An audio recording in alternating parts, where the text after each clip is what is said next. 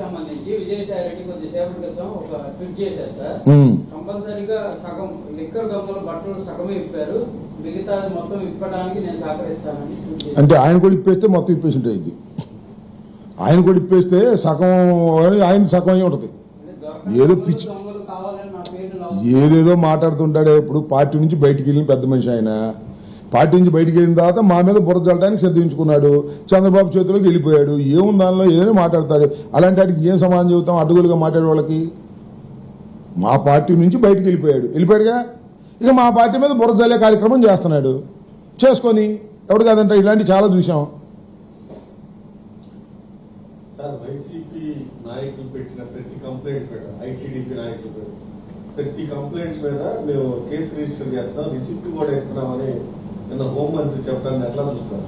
నా కేసే ఉందిగా. నేను 5 కంప్లైంట్లు ఇచ్చా, ఒక్కటి రిజిస్టర్ చేయలే. ఒక్కటి కోర్టుకి వెళ్ళా, హైకోర్టుకి, అప్పుడు 4 రిజిస్టర్ చేశారు. ఇంకోటి పెండింగ్లో ఉంది. ఇంకా 2 కంప్లైంట్స్ ఇచ్చా, ఇంతవరకు రిజిస్టర్ చేయలే.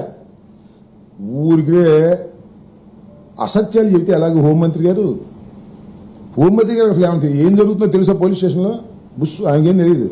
నారా లోకేష్ అడుగు చెబుతాడు. ఆయన డైరెక్షన్లో పనిచేస్తున్నారు, అందరూ. హోమ్ మినిస్టర్ గారికి ఏం లేదు, మైక్ ముందు పెట్టి మాట్లాడుతూ ఉంటుంది అంతే. ఆమెకి ఏమీ తెలియదు. ఏ కంప్లైంట్ని రిజిస్టర్ చేయటం లేదు. ఉదాహరణకి నేను ఇచ్చినటువంటి 5 కంప్లైంట్స్లో ఏది రిజిస్టర్ చేయకపోతే నేను హైకోర్టును ఆశ్రయిస్తే హైకోర్టులో బెంచ్కి వచ్చే ముందు 4 కేసులు రిజిస్టర్ చేశారు, 1 కేసు రిజిస్టర్ చేయలేదు. అది కూడా కోర్టులో వాదనలకి ఉంది. రేపు 30వ తారీఖున ఉంది. కోర్టు వారు ఏమి నిర్ణయిస్తారో దాని ప్రకారం ముందుకు నడుస్తాం. అందువల్ల వైసీపీ ఇచ్చినటువంటి కంప్లైంట్స్ను పక్కన పెడుతున్నారు. తెలుగుదేశం పార్టీ వాళ్ళు ఇచ్చిన కంప్లైంట్స్ని రిజిస్టర్ చేస్తున్నారు.